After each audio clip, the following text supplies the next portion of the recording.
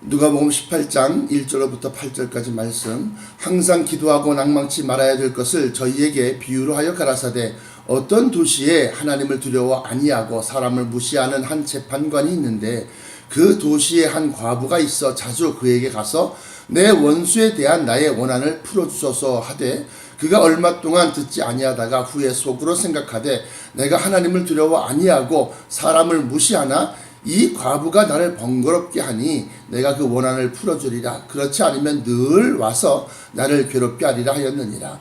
주께서 또 가라사대 불의한 재판관에 말한 것을 들으라. 하물며 하나님께서 그 밤낮 부르짖는 택하신 자들의 원한을 풀어주지 아니하시겠느냐. 저희에게 오래 참으시겠느냐. 내가 너희에게 이르노니 속히 그 원한을 풀어주시리라. 그러나 인자가 올 때 세상에서 믿음을 보겠느냐 하시니라. 아멘. 주신 말씀에서 기도합니다. 사랑의 아버지 하나님 감사합니다. 오늘 허락하신 말씀 속에 감추인 진리로 저희의 영의 양식을 허락하여 주옵소서. 이 말씀 속에 감추인 비밀이 있사온즉 아버지여 그 말씀으로 말미암아 우리가 하나님 앞에 바로 서게 됨을 얻게 하여 주옵소서. 전하는 자와 듣는 자가 이 말씀으로 큰 은혜 받기를 원하옵나이다. 하나님의 말씀을 역사적으로 풀이하지 않게 하시고 문학적으로 풀이하지 않게 하시고 오직 진리의 스승이신 성령 하나님께서 친히 우리로 하여금 이 말씀에 감춘 보배를 전수하여 주옵소서. 나사렛 예수 그리스도 이름으로 간절하게 기도하옵나이다. 아멘. 아멘. 자, 오늘 여기 성경 말씀 보시면 과부가 나옵니다. 과부.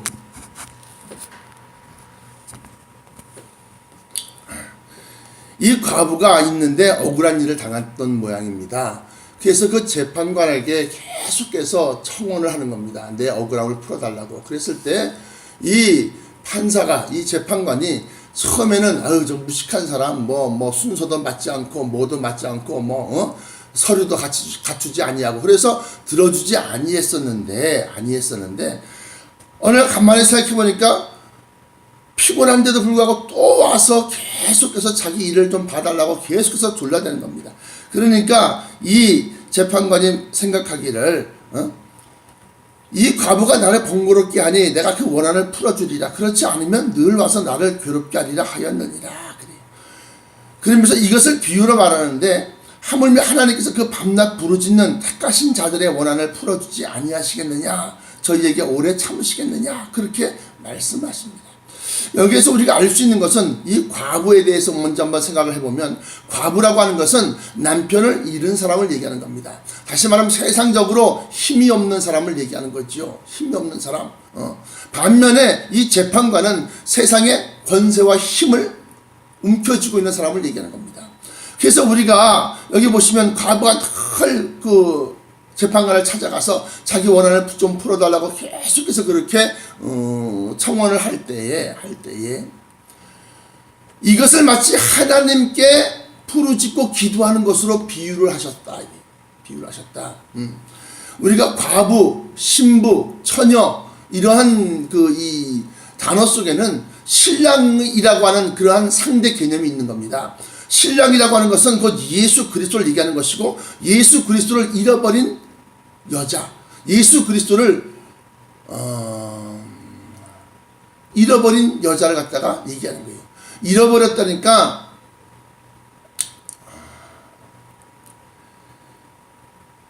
죽은 것이다 이렇게 보지 마시고 멀리 떠났으니까 저 하늘나라에 가셨으니까 예수님께서 하나님 보좌 우편에 계시니까 그래서 다시 오실 것을 사모하는데 여기는 과부는 다시 오실 것을 사모하는 것보다도 지금 현재 남편이 없으므로 당하는 수치와 여러 가지 그러한 불이익에 대해서 지금 이 재판관에게 얘기를 하는 겁니다. 반면에 이 재판관은 하나님의 은혜 아래서 세상 권세를 가지고 있는 사람인데 이 권세를 갖고 있다고 하는 것은 그 권세를 바르게 써야 할 그러한 의무가 있는 겁니다. 무슨 소리냐? 자기보다 더 큰 위의 분, 그 위에 또 위의 분, 그래서 최종적으로 올라가면 전지전능하신 하나님의 이 감찰, 하나님의 지켜보고 계신 거예요. 그래서 그 권세를 갖다가 바르게 쓰지 아니하면 하나님으로부터 나중에 징계를 받게 되어져 있다라고 합니다. 그것이 세상 권세든 왕의 권세든 아니면 주의 교회의 권세든 그 권세를 바르게 써야 한다는 겁니다. 내가 만약에 당회장 목사라고 해서 함부로 이걸 이렇게 하고 저렇게 하고서 자기가 성경에 맞지 아니하게, 첫 번째는, 두 번째는 자기 감정에 치우쳐서, 그래서 뭐 인사권을 남용한다든지 누구를 갖다가 채용을 하거나 누구를 갖다가 잘라내거나 당신들 그만두시오 라고 하거나, 아니면 무슨 교회를 더 짓겠다, 아니면 교회를 갖다가 멀쩡한 교회를 허물고 더 신식으로 새로운 어떤 그러한 건축을 하겠다 라든가, 이렇게 해서 자기가 갖고 있는 권한을 갖다가 잘못되게 쓰면 하나님으로부터 당연히 그것에 대해서 조사를 받게 되어져 있다라고 하는 거예요. 자, 그러면서 8절에 내가 너희에게 이르노니 속히 그 원한을 풀어주시리라. 그러나 인자가 올 때에 세상에서 믿음을 보겠느냐 하십니다. 이 말씀이 무슨 소리냐? 결국은 다 지쳐서 떨어지고 끝까지 하나님께 매달려서 하나님 나를 도와주세요, 불쌍히 여겨주세요 하고 끝까지 매달리는 자만 구원을 얻고 또 그 기도에 응답을 받고 한다는 겁니다. 인자가 올 때에 세상에서 믿음을 보겠느냐라고 하는 것은 그만큼 마지막 때는 참 믿음을 찾아보기가 어렵고 힘들다고요. 참 믿음은 뭐냐? 참 믿음은 하나님의 진리의 말씀에 기초한 그 말씀, 그 믿음. 그래서 제가 늘상 얘기했던 것처럼 첫 번째로는 하나님의 말씀인 성경을 믿는 것이고, 그 성경 속에 감추인 진리를 믿는 것이고, 그 진리 속에 감추인 진리의 비밀, 곧 그리스도의 비밀을 믿는 것이다 라고 하는 거예요. 그리고 그것이 너무 어려우니까 보혜사 스승이신 성령을 믿고 성령을 쫓아가고 따라가는 것이다. 사랑하는 성도 여러분, 우리가 마지막 때에 이러한 믿음에서부터 벗어나면 하나님으로부터 모른다, 부인함을 받게 되어져 있다. 그러므로 사랑하는 성도 여러분들은 오늘 말씀을 통해서 이 과부가 쉬지 아니하고 멈추지 아니하고 포기하지 아니하고 이 재판관한테 매달려서 계속해서 간구한 것을 예수님이 비유로 하셨는데, 이것을 한번 생각해 보십시오. 그래서 마지막 때는 다 외식하는 신앙으로 빠지고, 또 세속화된, 세상과 벗이 되고 세상과 짝이 된 그런 세속화된 믿음으로 빠지고, 또 권력화된 믿음으로 빠지고, 또 화석화된 믿음으로 빠져서 어떤 소리를 어떤 말씀을 해도 감동이 없어요.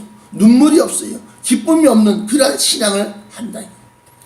그래서 여기 보시면 과부가 나오니까 21장을 한번 보십시오. 21장 누가복음 같은 성경 21장 1절로부터 4절까지 보시면 예수께서 눈을 들어 부자들이 연복궤에 헌금 넣는 것을 보시고, 또 어떤 가난한 과부의 두렙돈 넣는 것을 보시고 가라사대 내가 참으로 너희에게 말하노니 이 가난한 과부가 모든 사람보다 많이 넣었도다. 저들은 그 풍족한 중에서 헌금을 넣었거니와 이 과부는 그 구차한 중에서 자기의 있는 바 생활비 전부를 넣었느니라 하시니라. 여기서 이 과부하고 이 부자들하고의 비유를 갖다가 왜 하셨는가 한번 생각을 한번 해보셔야 돼요.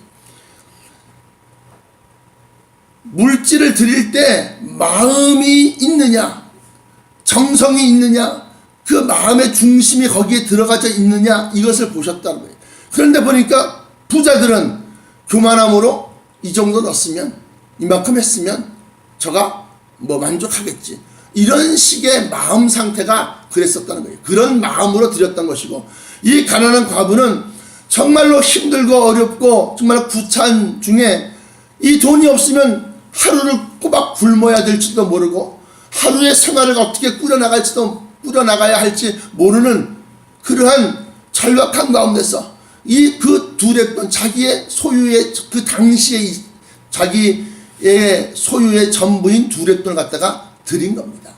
그랬을 때 예수님은 그 과부, 힘이 없고 가난하고 또 세상적으로 약자인 이 과부가 그 중심을 드리는 것을 보시고 구태여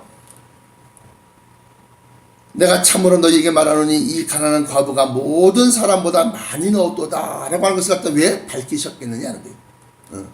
그래서 여러분들 중심이 없는 기도, 중심이 없는 헌금, 중심이 없는 경배와 예배 이런 것들은 다 어떻게 외식하는 믿음으로 빠지고 또 세속화된 믿음으로 빠져서 하나님이 흠양하실래야 흠양하실 수 없는 그러한 예배가 된다는 겁니다. 여기 과부의 예를 들었지만 세상적으로 힘이 없고 연약한 그러한 사람의 기도와 탄원을 갖다가 하나님은 더 중히 보신다고 하는 겁니다. 그러므로 우리가 이 세상에서 믿음의 생활을 영위할 때 특별히 이러한 자들을 돌아보시고 그들에게 구제하시고 그들에게 손을 펴서 그들을 갖다 영접하십시오. 그러면 그들이 갚을 것이 없으므로 하나님께 여러분들을 위해서 기도하고 그 기도는 들어 응답되어질 줄로 믿습니다. 믿습니다. 그래서 그와 비슷한 예를 하나 들면 누가복음 14장 마지막 성경 구절입니다. 누가복음 14장 12절로부터 14절까지 보십시오. 뭐라고 되어 있나? 또 자기를 청한 자에게 이르시되 네가 점심이나 저녁이나 베풀거든 벗이나 형제나 친척이나 부한 이웃을 청하지 말아라. 두렵건대 그 사람들이 너를 도로 청하여 너에게 가품이 될까 하라. 너희가 만약에 잔치를 배설하거든 차라리 가난한 자들과 병신들과 저는 자들과 소경들을 청하라. 다시 말하면 이것을 갖다가 우리가 통칭해서 말하기를 과부라고 말하는 겁니다. 하나님을 믿는 사람들의 모임체인 에클레시안 중에서 힘이 없고 가난하고 이러한 사람들을 얘기하는 겁니다. 이렇게 가난한 자들과 병신들과 저는 자들과 소경들을 청하라. 그리하면 저희가 갚을 것이 없는 거로 너희에게 복이 되리니 이는 의인들의 부활시에 너가 갚음을 받겠음이니라 하시더라. 그러므로 우리가 하나님의 뜻이 어디에 있는지를 한번 생각해 보자는 거예요. 그래서 우리가 흔히들 그냥 높은 사람들 또는 부자들 또는 그냥 목사님들 장로님들 청해서 목사님 점심 식사 같이 한번 하시죠. 제가 대접하고 싶은데 아멘 할렐루야 감사합니다. 그러나 저 목사를 청해서 같이 밥 먹이기보다는 차라리 힘없고 가난하고 부족한 사람들 세상에서부터 아유 저 병신 아유 저 쩔뚝발이 저는 자들 또는 가난한 사람들 이런 사람들을 청해서 아이고 밥 한 끼 같이 한번 먹읍시다. 그렇게 하라는 겁니다. 그게 하나님의 뜻이라는 겁니다. 그래서 성경에 보시면 마태복음 25장에 보시면 의인들을 얘기할 때 마태복음 25장 32절부터 그 이하절을 보시면 양과 염소를 가르고 양 오른편에 있는 자들에게 이르시되 창세로부터 너희를 위하여 예비된 나라를 상속하라 그래요. 그러면서 너희가 가난한 자들을 먹였고 또 옥에 갇힌 자를 찾아봤고 또 헐벗은 자를 갖다 입혔고 그래요. 그러면서 그들이 말하기를 아니 우리가 언제 예수님을 갖다가 그렇게 영접했고 그렇게 옷을 입혔고 그렇게 먹을 것을 갖다 공개했나이까. 그러니까 여기 섰는 작은 자 중에 하나에게 한 것이고 나에게 한 것이니라. 아멘 할렐루야. 아멘 할렐루야. 그러므로 가난한 사람들을 찾아서 돌보십시오. 물론 목사도 가난한 목사가 있을 수 있죠. 근데 정말로 여러분들이 복을 받고자 하면 가난한 자들을 찾아서 그들을 갖다 공개하십시오. 그들에게 아까 그 원망을 들어서 그냥 나의 원한을 풀어달라고 그렇게 말하는 그런 원한을 쌓아놓지 말고 그들에게 갚지 못하는 자에게 은혜를 베푸시면 그것이 하나님께서 여러분들에게 갚아주어야 할 그러한 복록이 될 줄로 믿습니다. 기도하시겠습니다. 사랑의 아버지 하나님 감사합니다. 오늘 허락하신 말씀으로 은혜 주시고 또한 이 말씀 속에 하나님의 뜻이 어디에 있는지 깨닫게 하시니 감사드립니다. 하나님의 은혜가 낮은 곳에 임하시는 것을 우리로 하여금 마음에 새기게 하시고 아버지 하나님 우리 주위에 있는 모든 가난한 자와 어려운 자와 힘든 자와 세상적으로 멸시천대받는 자들을 하나님께서 친히 우리에게 맡겨주시고 너희가 돌보아라 하신 것을 믿게 하여 주옵소서. 그리함으로 그들을 잘 공개할 때에 하나님께서 우리에게 은혜를 주시고 또한